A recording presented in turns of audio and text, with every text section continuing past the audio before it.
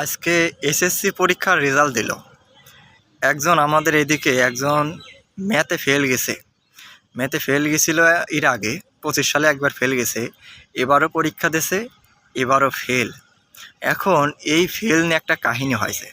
আমি যা তার রেজাল্ট দেখতে গেছি, রেজাল্টে দেখলাম ফেল। এখন তার মা জানে যে ফেল। এখন আর একটা ভাবি এসে বলতেছে যে কে রে, তোর সাওয়াল তো পাশ করেছে, মিষ্টি খাওয়া। এখন আমার সাওয়াল কি পাশ করেছে যে তোর মিষ্টি খাওয়াবো। এখন যেই ভাবিটা মিষ্টি খাইতে চাইলো, ও বলতেছে বাইরিস নি কে তোর সাওয়ালের। এখন ওই যে যেই সাওয়াল ফেল করেছে তার মা কইতেছে কে আমার সাওয়ালের বাইরিব কে, আমার সাওয়ালের কি মেয়ে ভি দিবি না নে। মানে বোঝেন এইগুলি নিয়ে আবার কি কাহিনী হয়ে গেছে আমার এনে। মানে বলতে গেলে খুবই অসাধারণ একটা কাহিনী, যা বলার মতো ভাষা নাই।